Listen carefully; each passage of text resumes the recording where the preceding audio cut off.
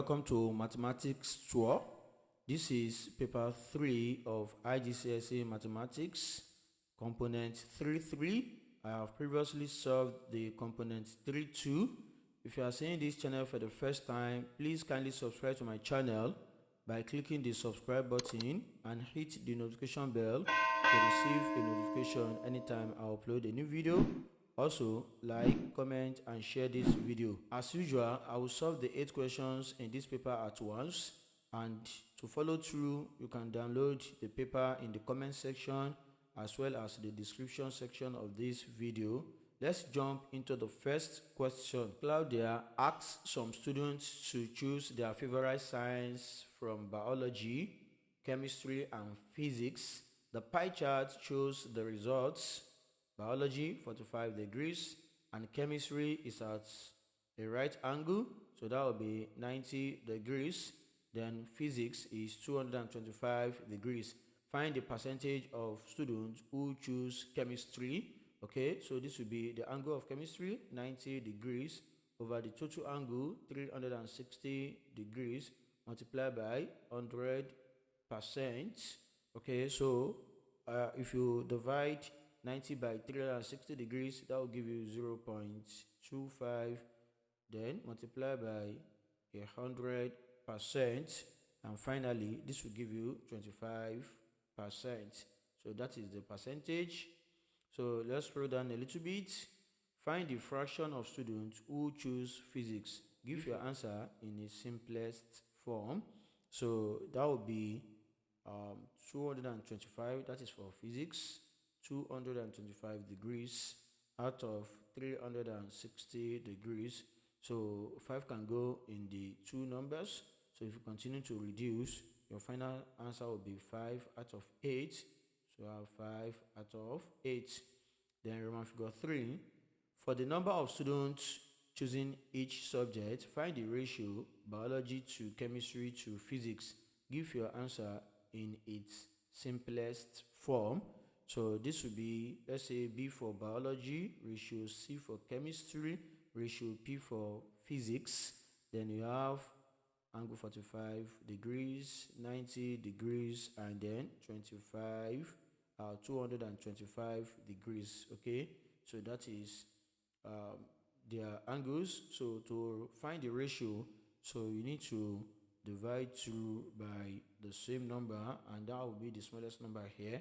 So if you divide everything by 45, you're going to have 1 here. Then 90 divided by 45, that will be 2. 225 divided by 45, that will be 5. So we have 1 ratio 2 to 5 respectively. Then Roman figure 4. Marcus says, I do not know how many people choose chemistry, but I do know it is an even number. Explain how Marcus knows this. From the given ratio here, 1 ratio 2 to 5, so you can see that chemistry is an even number. That's the ratio of chemistry is an even number. So when you multiply this by any whole number, be it even or odd, so your answer will always be an even number. So that means you can say the ratio of chemistry is even. Any whole number multiplied by it will also be even. Okay, so the ratio of chemistry is even. Any whole number multiplied by it will be an even number. So take for instance, we already have the ratio of biology to chemistry to physics, okay, in the ratio 1 to 2 to 5. So if you multiply chemistry by any number, let's say 5, so it will be 10. That will be the number of chemistry. So if you multiply it by 6, that will be 12. You still have an even number. So that is one way. Alternatively, you can also say that if chemistry is not even, then biology and physics would not be a whole number of students. So let me show you this. You can see that we have the ratio as biology to chemistry to physics to be 1 to 2 to 5. Okay, so let's say the number of chemistry is 30, for instance. Okay, So the implication is that you multiply this by 15. Okay, so since chemistry is an even number, okay, so that means you multiply by 15. So to get the biology, it will be multiplied by 15. So that will be 15. To get the number of physics, it will also be multiplied by 15. But if chemistry is not an even number, take for instance, let's say, okay, let me erase this. Let's say chemistry is not an even number, it is an odd number. So we also have ratio 1 to 2 to 5. So if chemistry is an odd number, let's say you have 15 for instance, so that means to get 15, you have to do this was multiplied by 15 over 2. So to get biology, you have to multiply by 15 over 2. To get physics, you have to multiply by 15 out of 2. So as you can see, these two, that is biology and physics, will give you an even number. So if chemistry is not an even number, then biology and physics will give you a fraction of students. Roman figure 5, Claudia now tells Marcus that 26 students choose chemistry. Work out how many students choose physics. So we have our ratios as B to C to physics in the ratio 1 to 2 to 5. If Claudia now tells Marcus that 26 students choose chemistry, that means you have 26 here. So it means that this was multiplied by 13 to get 26. So automatically this will be multiplied by 13. So this will also be multiplied by 13. So if you multiply 13 by 5, that will be 65. So it means that 65 students choose physics. Okay, so you can see that since chemistry is an even number, okay, so the other two, that is biology and physics, will also be a whole number of students. But if chemistry is not an even number, then biology and physics will give you a fraction of students.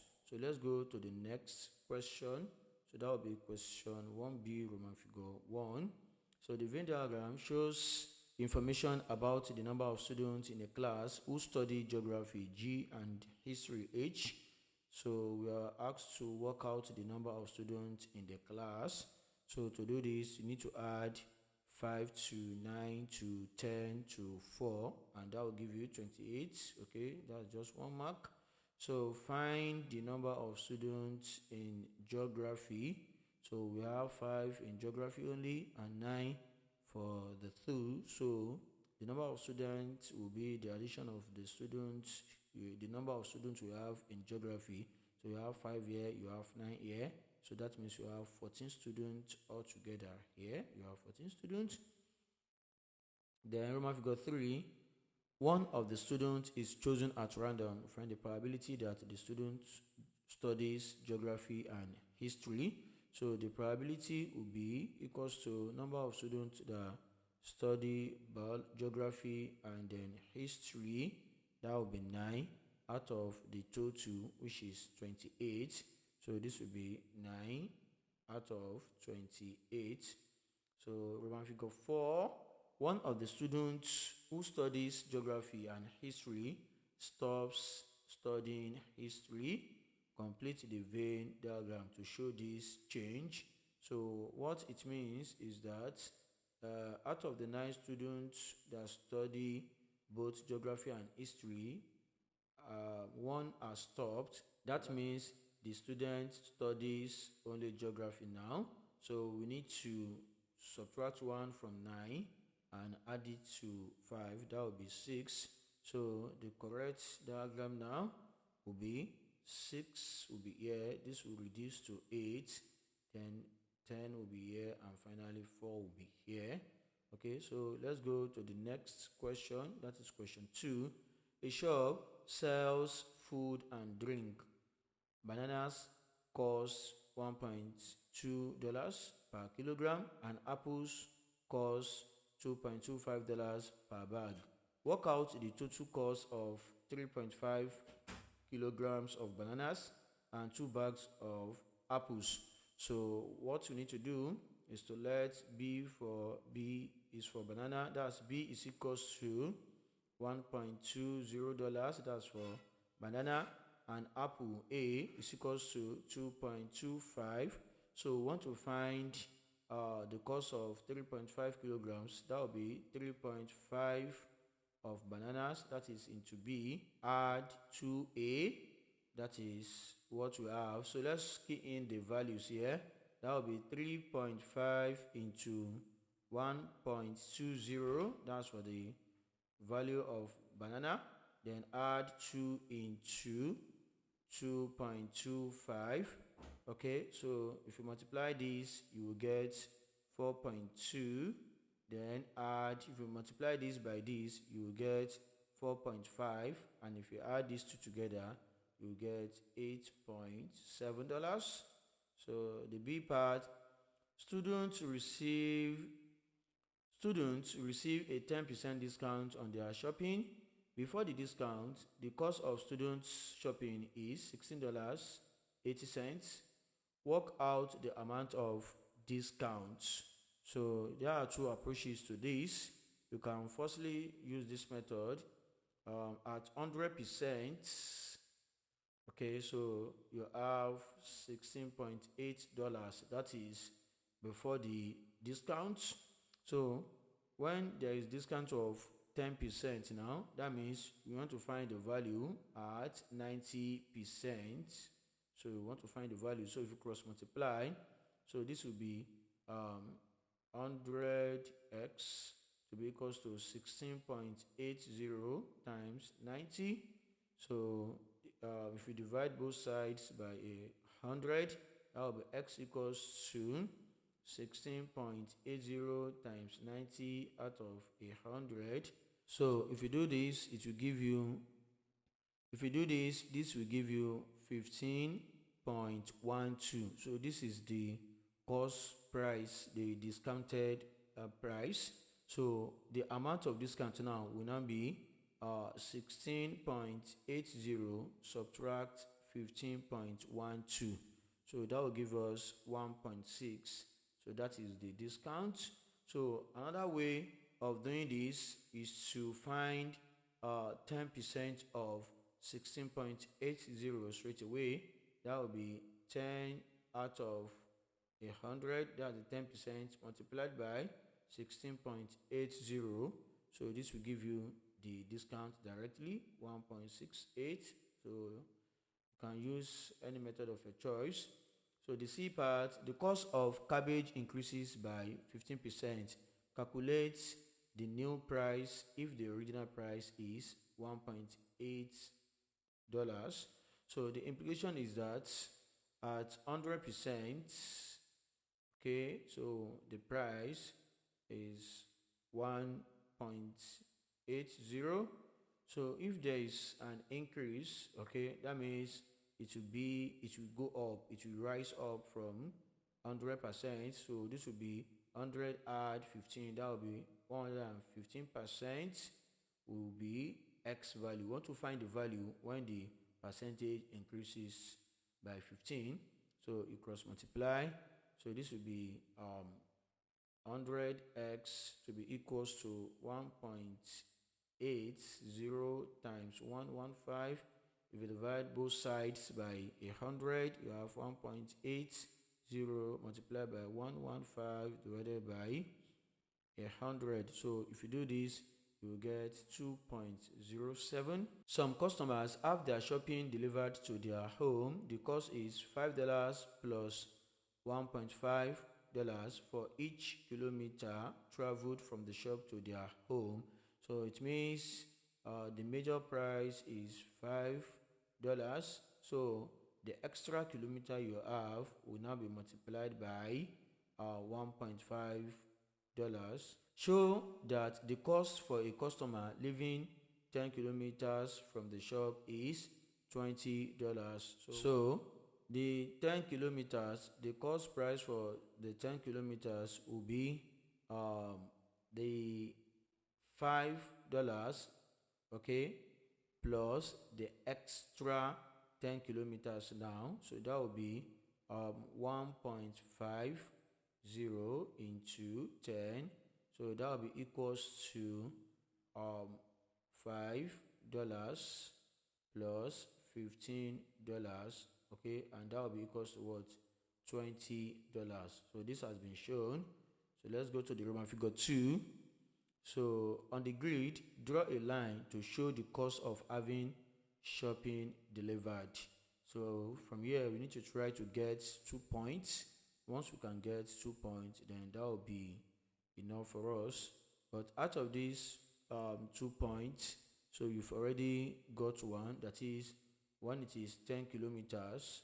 Okay, so the cost price will be 20. So we already have that. When it is 10 kilometers, the price is 20. So you have a point here. Okay, so we need to get another point, and that will be sufficient for us to get the straight line. When there is no extra distance, so the cost price is $5. So that means at 0 we're going to have $5. So we have 2 points here. So these 2 points are enough for us to have the straight line. So let's join them together. So this will be the straight line. Then let's go to the next question. That will be question 2E. A bottle of water costs $1.55. Suki has $20. Work out the maximum number of bottles Suki can buy and the change she receives. Okay, so to do this, you need to divide the $20 by 1.55. Okay, and this will give you 12.9. So that means the maximum number of bottles is 12. Okay, so to now get the change, so that means you need to multiply 1.55 by 12. Okay, so if you do this, so this will give you 18.6. Then you need to subtract $18.6 from $20. That is $20 subtract $18.6, and that will give you 1.4. So it's the change will be $1.4. Let's go to the next question. A farmer delivers eggs to the shop in trays of 50. The eggs are then put into boxes of 12. There are no eggs left in the trays, and all of the egg boxes are full. Work out the smallest possible number of eggs that the farmer delivers. So from here, the smallest possible number will be the LCM. Okay, so we have 50 eggs here and we have 12 here. So you need to find the lowest common multiple, and I have a shortcut to that. So just multiply 50 by 12 then you now divide by 2. So you can see my videos on LCM and factors. I explain this in details there. So what you need to do is to multiply the two numbers, then you look for the maximum number that can divide the two numbers. In this case, it is 2, so that's why I have to divide. And you could also use any other method, to find the lowest common multiple of given numbers. Okay, so in this case, if you do this will give us 600 out of 2, and finally you have 300. So that means you're going to have 300 eggs. Okay, so the shop sells bottles of orange juice in 3 different sizes. Bottle A 0.5 liters for $1.3. Bottle B 1.2 liters for $3.20. Bottle C 2 liters for $5.25. Work out which bottle is the best value.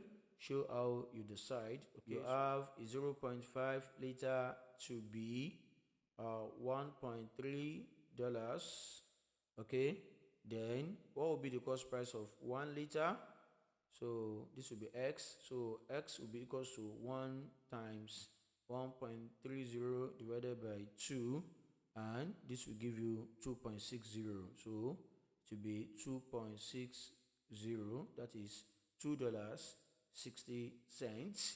So for bottle B, 1.2 liter to be $3.20. So 1 liter will be equals to x. So if you do this, x will be equals to 1 times 3.20 divided by 1.2. X will be equals to $2.66. That is the cost of 1 liter for bottle B. Okay, so for bottle C, we have 2 liters to be equals to $5.25. Then 1 liter will be equals to x. So x will be equals to 1 times 5.25 divided by 2, and x will be equals to 2.63. So if you check the 3 now, bottle A is the best value because 1 liter is the cheapest. So I'll scroll down, I'll have bottle A here. Then I'll go to the next question. That will be question 3. The diagram shows a shape on a 1 centimeter squared grid. Work out the area of the shape. Okay, so you need to do this. You have to join this to have a composite shape. So what you need to do is to put the dimension. So this will be 1 here. This will be 1, 2, 3, 4, 5, 6. So this will be 6 here. So you can find the area of this rectangle. So that will be 1 by 6, 1 by 6, that will be 6. Then you can also divide this again. This will be a square, 1 by 1, that will be 1 by 1, that is 1. So you can find the area of this, that is a triangle. So the base is 1 and then the height is 1. It will be 1 by 1, that's base times height, divided by 2. This will be a half. Then for this triangle, so the base is 2 and the height is 1. So you have 1 by 2 over 2. That will be 1. And for the last triangle here, the base is 2 and then the height is 1. You have 1 by 2 divided by 2 equals to 1. So if you add all these together, that will give you the value of your area, and it is 9.5 centimeters squared. 9.5. Part B, work out the perimeter of the rectangle. So this will be 2 into bracket 7 add 12. So this will be 2 into 19, and that will be 38 centimeters. So let's see, a square has an area of 841 centimeters squared. Work out the length of one side of the square. So the area is equals to L squared. So we're going to have 841 equals to L squared. So if you take the square root of both sides, so you get the value of L to be 29. That will be 29 centimeters. The diagram shows a cuboid made from 1 centimeter cubes. Work out the volume of the cuboid. So this will be this side 1, 2, 3, 4, 5, 6, 7, 8. That is 8 multiplied by this side 1, 2, and the height 1, 2, 3. That will be 3.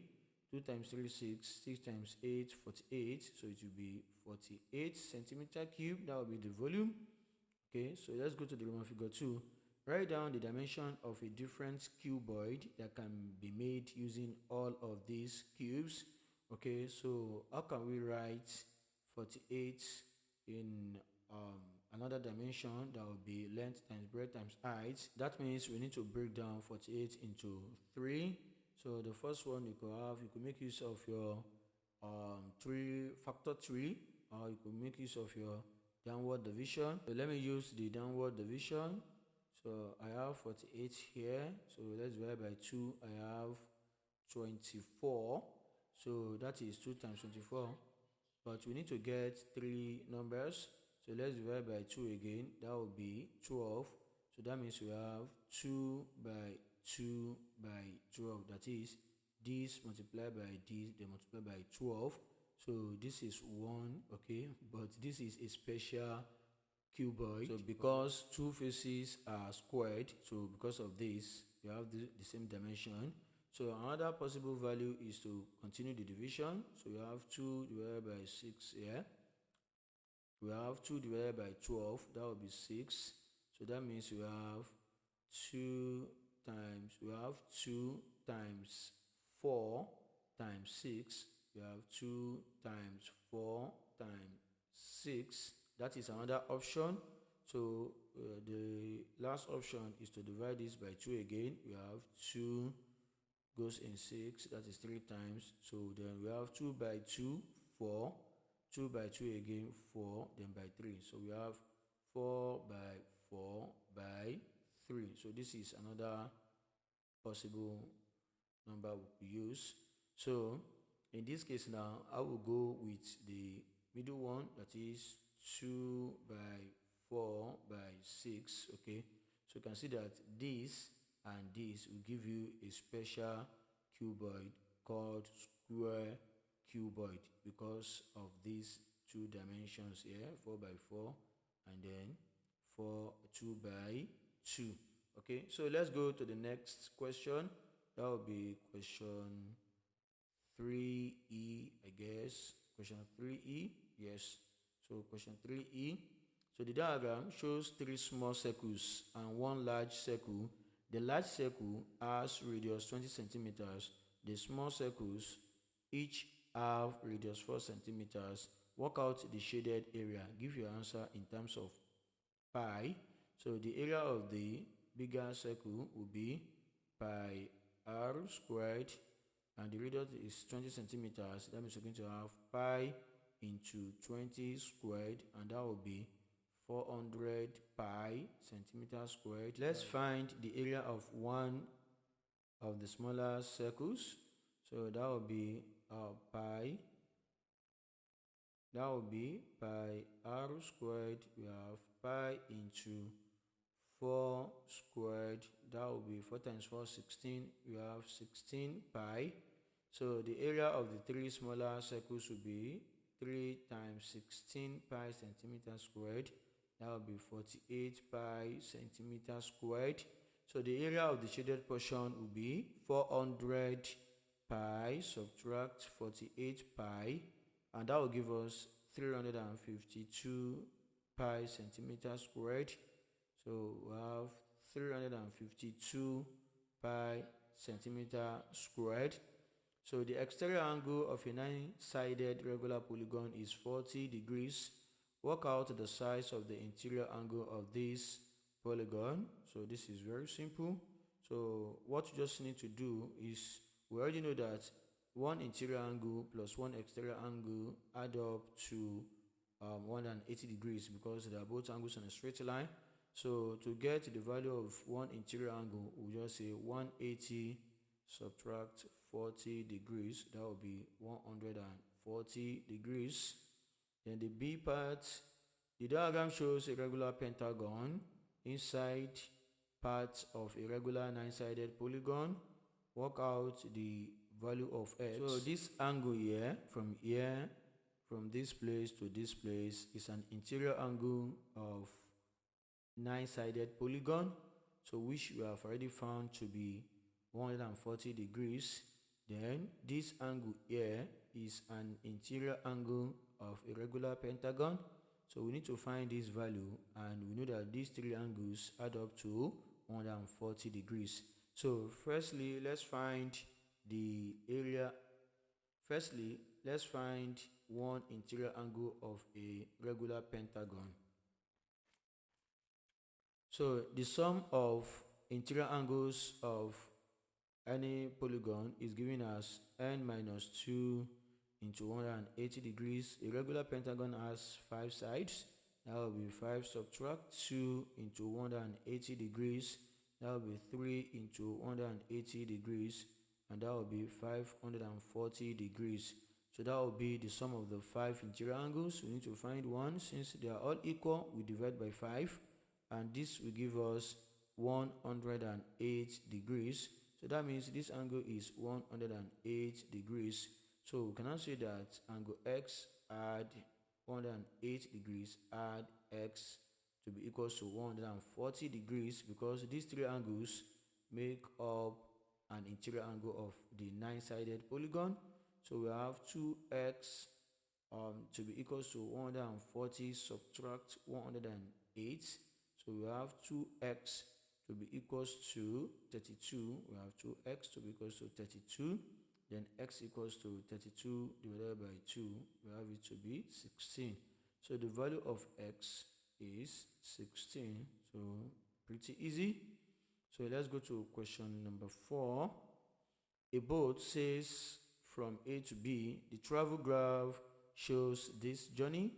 So write down the time that the boat leaves A. So this is the time here, and it is 10:20. Okay, so we have 10:20. Work out how long a minute it takes the boat to sail from A to B. That is from A to B. That is 11:00 minus 10:20. That is what we need to do. So if you do 11:00 minus 10:20, so that will be 40 minutes. So you have 40 minutes here. Then round figure 3, the boat stays at B for 20 minutes. So the implication is that it still move like this, forward like this to this place. 20 minutes will be 11. From 11 o'clock, it will be at 11:20. It will be here. So that means it will be somewhere around here. That's it. Stay there for 20 minutes. Then the boat then sails to sea at a constant speed of 8 kilometers per hour. So we are asked to complete the graph. Okay, so we need to find the time covered. So we already know the speed. The speed is giving us 8 kilometers per hour. Then we need to get the distance. Let's see, the distance will be between 6 and 18. So that will be 18 minus 6. So the distance equals to 18 minus 6. So that will be 12 kilometers. So we can now find the time taken. That is, speed is equals to distance over time taken. So since we want to find the time is now equals to distance over speed, and that will be 12 over 8, and that will give us 1.5 hour. So the boat is currently at 11:20. So that means you can say 11:20 add 1 hour 30 minutes. That will be 1 hour 30 minutes. So this will be 50 and this will be 12. So it will be 12:50. So what we need to do is to go to 12:50. So 12:50 will be this, 12:30, 12:40, 12:50 will be here, and it will be at C. So it will be here. Then we just have to join these together, these 2 points. So if you join them together, so this is what we have. So that will be the solution to that question. Then round figure 4, we are asked to work out the average speed in kilometers for the whole journey from A to C. So the average speed will be total distance over total time taken. So the total distance covered is 18 kilometers, as it is obvious here. Then the time taken, we need to find the total time taken, that is from 11:20 to 12:50. So that will be, okay, let's write the total distance. Total distance is equals to 18 kilometers. Then the total time taken will be equals to let's see, these are the 2 points from 10:20 to 12:50. 1250 here. So we have the 2 points there. It will be 1250 subtract 1020. So this will give us 2 hours 30 minutes. We can convert it to hours. That will be 2.5. So that means the total time taken is 2.5 hours. That's 2.5. So now we can get the average speed now to be 18 divided by 2.5, and that will give us 7.2 kilometers per hour. So we have 7.2 kilometers per hour here. So the next question will be 4b. The scale drawing shows the positions of two ports X and Y. The scale is 1 centimeter, represents 8 kilometers. So if you look at it here, this is the scale drawing, and we are asked to measure the bearing of Y from X. So the bearing of Y from X, we need to join the 2 points X and Y together. Then we put our protractor to get the value. I have joined the 2 points X and Y together. Then what we need to do is to place the protractor and measure the size of the angle.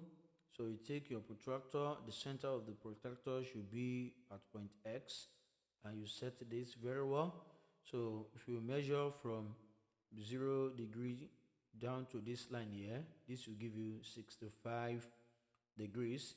So it means that the bearing of Y from X is 65 degrees. So you can write 065 degrees. Let's go to the next question. That is Roman figure 2. A boat B is 52 kilometers from X and 80 kilometers from Y. So on the scale drawing, mark the position of B. So we need to firstly convert 52 kilometers and 80 kilometers into centimeters using the given scale respectively. So for 52 kilometers, so let's use the ratio here. Okay, we can work it somewhere here. So we have centimeters ratio kilometers, and that will be 1 to 8 according to the given scale. So 52 kilometers will be how many centimeters now? So what was done to 8 to have 52, you can get that by dividing 52 by 8. So you multiply this side by 52 by 8. So that will give you 6.5 centimeters. So that means these 52 kilometers on the scale, it will be 6.5 centimeters.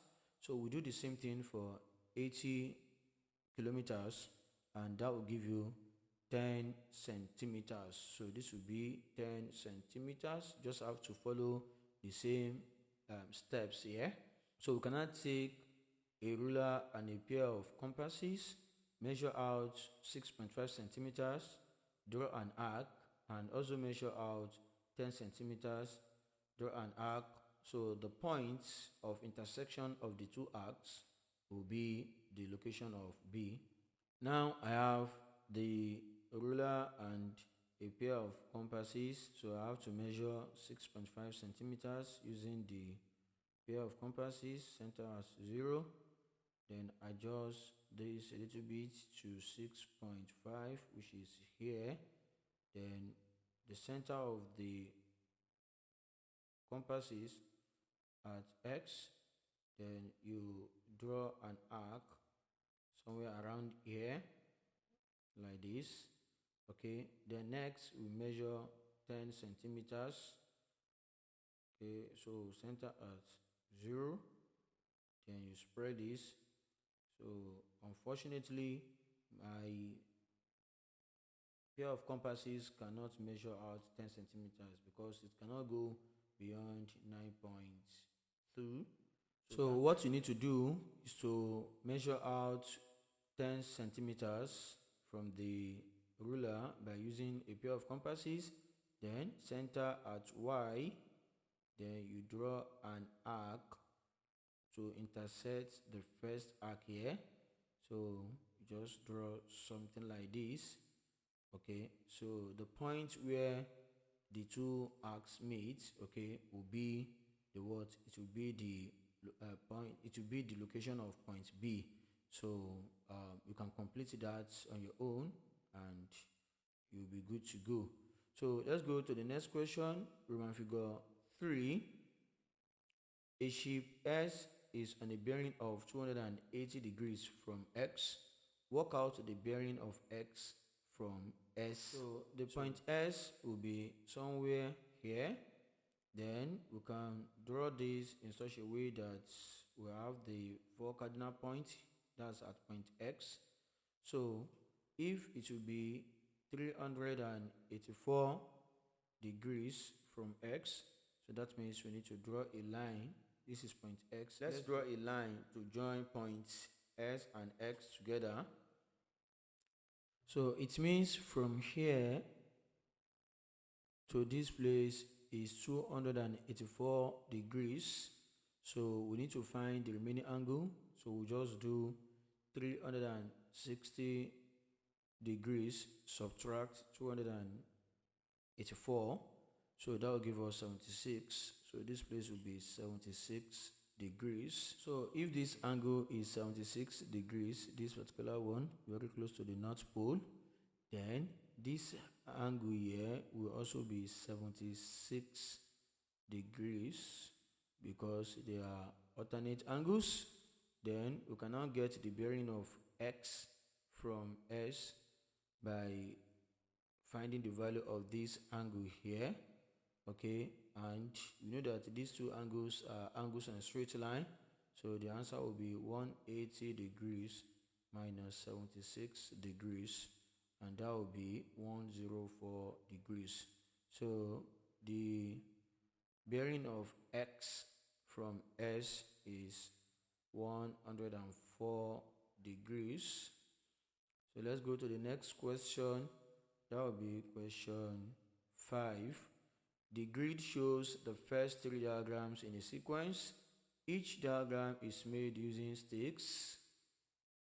So we have diagram 1, diagram 2, and diagram 3. So on the grid, draw diagram 4. So this is diagram 4. Let's go to the part B. Complete the table. Diagram number 1, 2, 3. Then number of sticks. Okay, the number of sticks is 17. So if you look at the number of sticks, you see that it's always addition of 4. So this will be 4 add 17, so it will be 21. Then see Roman figure 1.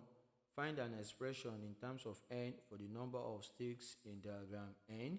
So we want to find the n term. So from this number of sticks, we have the first term, we have the second term, the third term, the fourth term. So let's put their values respectively. We have 5, 9, 13, and 17. So the time to term rule is add 4. So if you have 4, so let's multiply 4 by n. So if you multiply each of these terms by 4, that is, the first term is when n is 1, you get 4 times 1, you get 4. When n is 2, you get 8. When n is 3, you get 12. When n is 4, you get 16. You can see that we are always short of 1. So 4n is not enough to be the n term, so until we add 1. So that means the n term will be 4n add 1. So the Roman figure 2, one of the diagrams has 73 sticks. Work out its diagram number. So it will be nth term is equals to 4n plus 1. So we want to get the diagram number, so that means we need to find the value of n. So we know that the term is 40. We know that the term is 73, so that means we'll say 73 is equals to 4n add 1. So if you collect like times, that will be 73 subtract 1 equals to 4n. So this will be 72 equals to 4n. If you divide both sides by 4, that will give us 18. So n is equals to 18. So that means diagram 18 has 73 sticks. So let's go to the next question. So that will be question 5D, Roman figure 1. Show that the total number of sticks needed to make the first 3 diagrams is 27. So to do this, we need to add the first, second, and the third terms together. So let's go to the previous page. So we have the first term to be 5, second term to be 9, and the third term to be 13. So we have to add 5 to 9 to 13. So to be 5 add 9 add 13. This and this add up to 14, and add to 13 you get 27. So that has been shown. So the Roman figure 2, the total number of sticks needed to make the first k diagrams is 2k squared add 3k. Show that this expression gives the correct total number of sticks needed to make the first 3 diagrams. So to get the sum of the first 3 diagrams, that means we need to have k to be equals to 3. So let's substitute k to be equals to 3. So that is sum of the, that will be 3. So that will be 2 into 3 squared add 3 into 3. So 3 squared is 9. 9 times 2 is 18. Then add 3 times 3 is 9. Okay, so this will be equals to 27. So you can see that we still got the same value as when we made use of the sum of the first 3 terms. When we added the first 3 terms here, that is 5 add 9 add 13. So this expression 2k squared add 3k is also correct, and it has been shown that it gives the correct number of sticks needed to make the first 3 diagrams, because we got 27 as when we added 5 to 9 to 13. Then the Roman figure 3. Tobias wants to make the first 10 diagrams. He has already made the first 3 diagrams. He has 246 left to make the remaining 7 diagrams. Work out how many sticks he has left when all 10 diagrams are made. What we need to do is to find the sum of the next 7 diagrams, because the first 3 diagrams has been found for us, and we need to find the sum of the next 3. We need to find the sum of the next 7 diagrams. So to do this, we need to find the sum of the first 10 diagrams, then subtract the sum of the first 3 from the sum of the 10 diagrams, and that will give us the sum of the next 7 diagrams. Okay, so let's find the sum of the first 10 diagrams. So using the given formula. Okay, so using the expression 2k squared plus 3k, so the sum of the first 10 will be 2 into 10 squared add 3 into 10. 10 squared is 100 times 2, you have 200.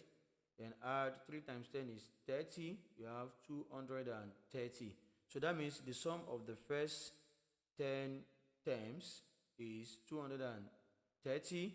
So we subtract the sum of the first 3 from the sum of the first 10, and that will give us the sum of the next 7 terms. So we have 230 subtract 27. So that will be equals to 203. So 203 is the sum of the remaining 7 diagrams, but he has 246 left.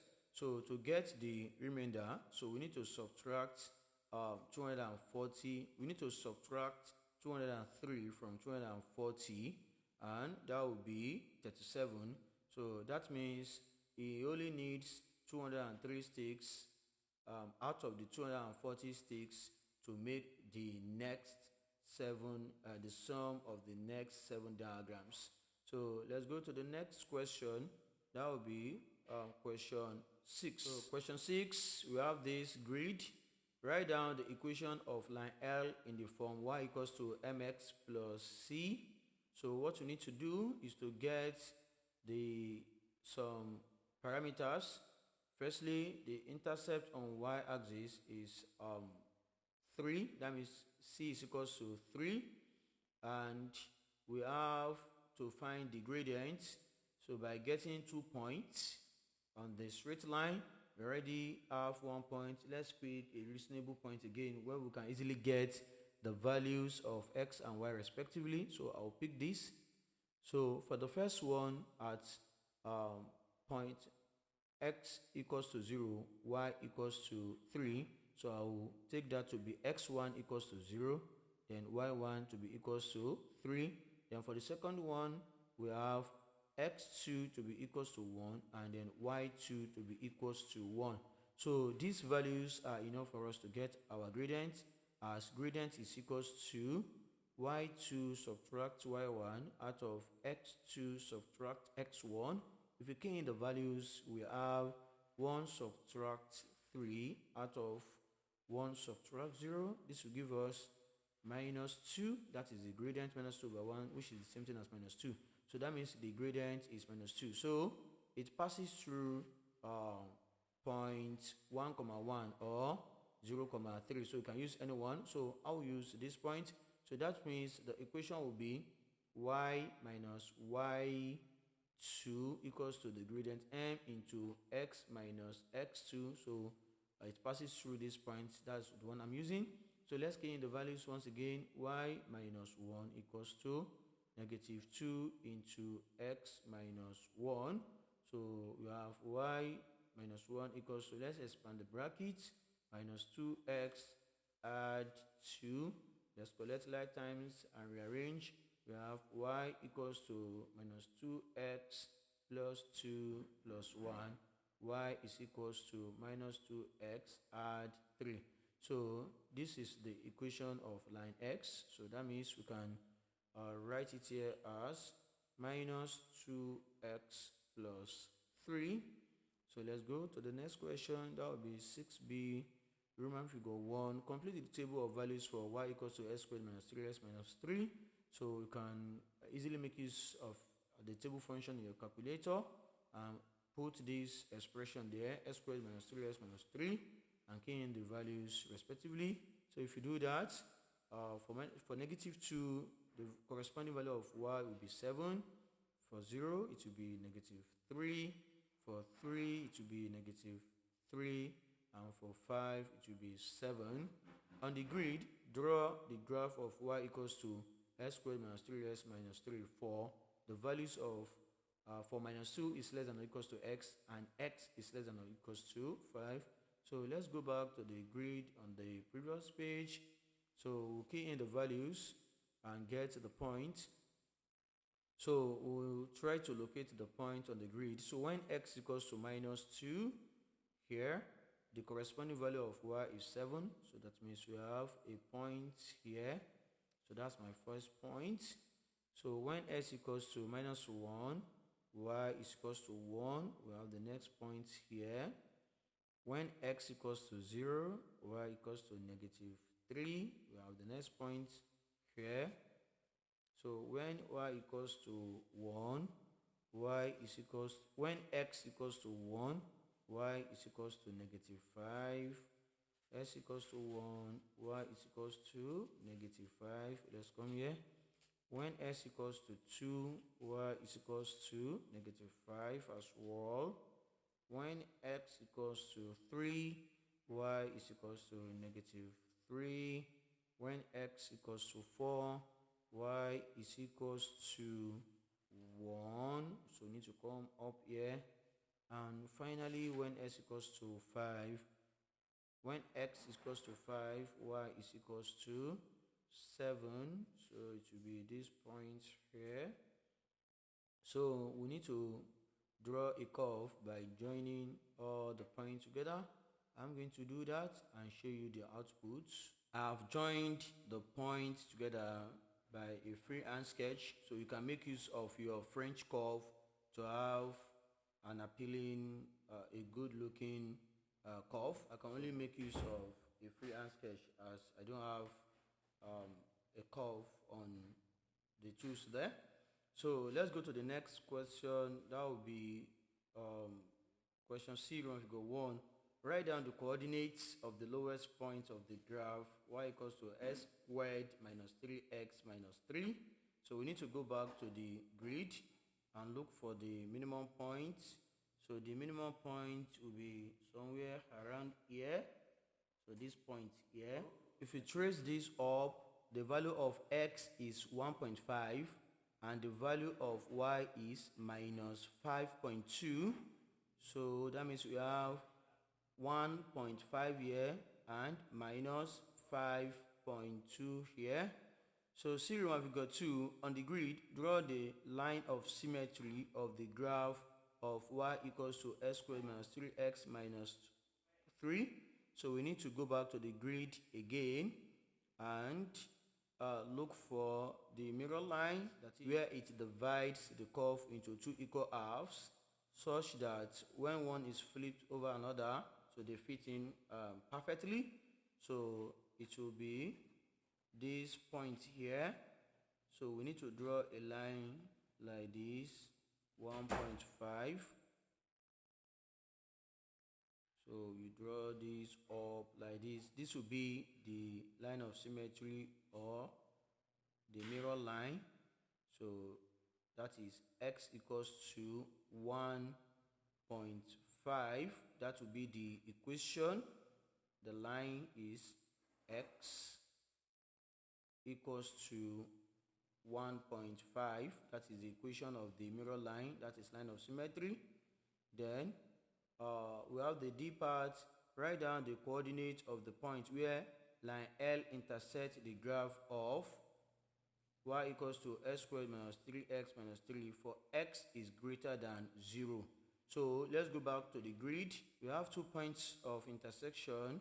So one here and the other one is here. So but we need the value of x that is greater than 0. So this one is less than 0. So we'll neglect that. So we'll pick the next one, which is x equals to 3 and y equals to negative 3. So that will be the point that meets the requirement. So let's go to the question again. So we have 3, x equals to 3 and y equals to negative 3. So let's go to the next question. That will be question 7a. The diagram shows a triangle ABC and a straight line BCD. Angle ACB equals to 180 degrees. Write down the mathematical name for this type of angle. So this is called an obtuse angle. Then work out the value of x. So to get the value of x, we know that these two angles, that is 108 and angle x, are angles on a straight line, and we know that angles on a straight line add up to 180 degrees. So that means x will be equals to 180 degrees subtract 180 degrees, and that will give us 72 degrees. So that means the value of x is 72 degrees. Work out the value of y. If you look at this, angle y is inside this triangle, and you already know that sum of angles in a triangle is 180 degrees. That means y will be equals to 180 degrees subtract 46 subtract 108, and that will give you 26 degrees. That is 180 subtract 46 subtract 108. So alternatively, we can find the value of y by saying x is equals to 46 add y, because there's a theorem that says that the exterior angle of a triangle is equals to sum of the two interior opposite angles. So that means x will be equals to 46 add y. So we found the value of y, we found the value of x to be 72 degrees. So if you have 72 equals to 46 add y, if you collect like times, 72 subtract 46 will be equals to y, and 26 is equals to y. So you see I have the same value as this. Okay, so part B show that the mean of the angles in any triangle is 60 degrees. So to get the mean, you have to add the total angles divided by 3. So we know that sum of angles in a triangle is 180 degrees. So divided by 3, that will be 60 degrees. That has been shown. Okay, part C, the diagram shows a right angle triangle. Calculate the value of h. So this is opposite, this is adjacent, and h is hypotenuse. So we can make use of cos theta, as we have adjacent against hypotenuse. So cos theta equals to the adjacent side over the hypotenuse side. So we have cos theta is 35 degrees, then adjacent is 8 centimeters over hypotenuse is h. So we can make h the subject of the formula.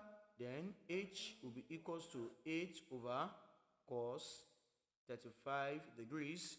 So you can key in this into your calculator, you get to answer straight away, or you firstly find the value of cos 35 degrees. So we have 8 out of 0.8192. So if you punch this into your calculator, then you get the value to be 9.77. So 9.77 centimeters. So that is your height, 9.77 centimeters. Then the next question will be part D.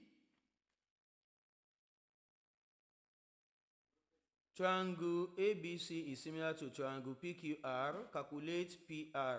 Okay, so you can make use of the ratios of the corresponding sides. So here, since we want to find PR here, so we can say that AC, that is this side, over AB, this side. Okay, so we follow the same pattern in the second triangle. So that will be PR over what? Over PQ. So the order is very important. So look at the first order here, AC over AB in the first triangle. We must follow similar pattern in the second triangle. So that will be PR over QR. So if you key in the values, we're going to have 2.4 over 1.36 to be equals to PR over 6.12 if you cross multiply. So we are going to have 1.36 PR to be equals to 2.4 times 6.12. So we're going to have PR to be equals to 2.4 times 6.12 over 1.36. And if you put this into your calculator, PR will be equals to 10.8. You have 10.8 centimeters. Okay, Roman figure 2, calculate BC. Calculate BC. So to get BC, we also make use of ratio of corresponding sides. So taking this order, AB over BC equals to PQ over RQ. So let's key in the values. We have 1.36 over BC, then it's equals to 6.12 over 7.92. So if you cross multiply, you have 6.12 times BC to be equals to 1.36 times 7.92. You divide both sides by 6.12, 6.12, then you have the value of BC to be 1.76. Let's go to part E. The diagram shows a right angle triangle. Calculate the perimeter of this triangle. So to get to the perimeter, you need to find this unknown side, that is side X. So using Pythagoras theorem, so the longest side of the square of the longest side of the longest side of a right angle triangle will be 26 squared equals to addition of the other two. That will be s squared plus 24 squared. This is what Pythagoras theorem says, that the square on the hypotenuse is equals to sum of the squares on the other two sides. Then we need to collect like times. 26 squared subtract 24 squared equals to s squared. So if you find the value of 26, you can take square root of both sides straight away. Okay, then this will cancel this. Then x equals to square root of 26 squared subtract 24 squared. If you do this, your x will be equals to 100 square root of 100, and x will be equals to 10. So that will be the value of x. Since we know the value of x to be 10 centimeters, then we can now find the perimeter by adding the three sides. So the perimeter will be 10 centimeters, add 24 centimeters, add 26 centimeters, and that will give you 60 centimeters. So that is the perimeter of that triangle. So let's go to the last question. That will be question 8. The length L meters of a piece of wire is 18.7 meters, correct to the nearest 10 centimeters. Complete the statement about the value of L. That will be the lower bound and the upper bound. So, but look at this. This is in meters. Why this is in centimeters, the degree of accuracy. So of course, what you need to do is to divide the degree of accuracy by 2 and subtract it from 18.7 to get the lower bound, and add it to 18.7 to get the upper bound. But we can't do that until they are in the same unit. So I can write something here for the lower bound. Okay, so I can write something here, L for the lower bound and U for the upper bound. So I already know that they need to be in the same unit. So what I will do is to convert this 18.7 meters to centimeters using an acronym known as King Henry died by drinking chocolate milk. So the B here is the base, where you have the meters, we have the liters, and we have the grams. Okay, so now we are using the meters.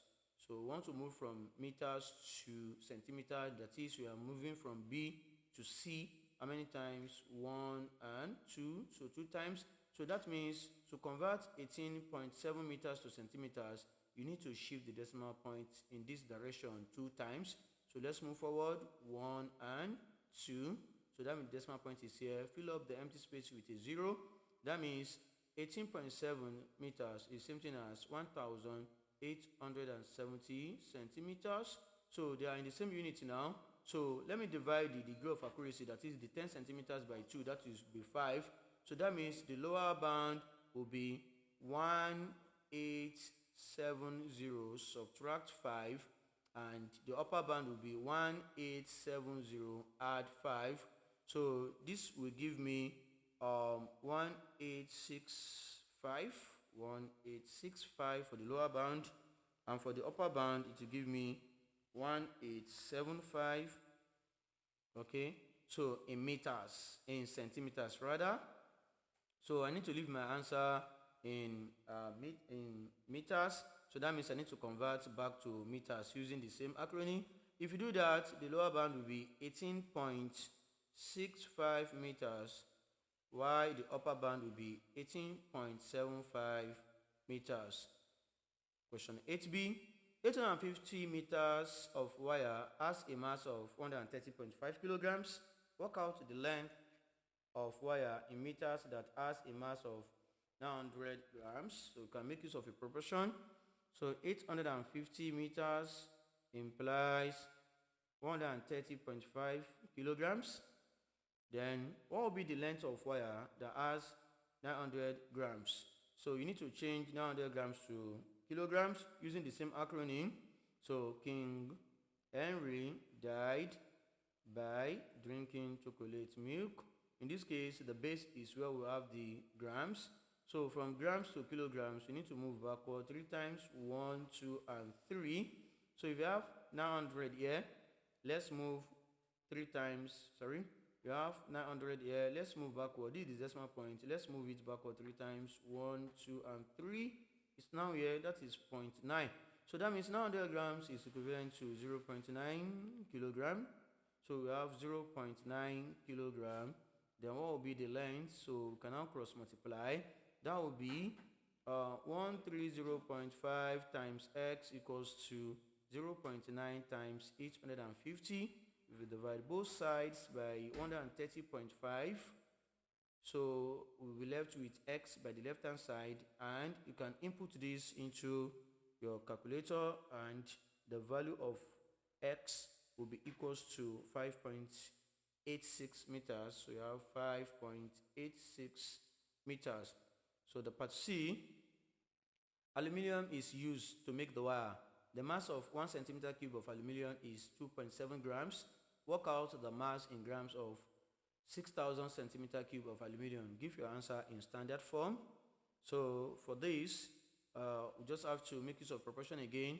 If 1 centimeter cube implies 2.7 grams, then 6,000 centimeters cube will implies x. If you cross multiply, you have 1 multiplied by x to be equals to 2.7 times 6,000. So if you do this, it will give us 16,200. But we are asked to leave our answer in standard form.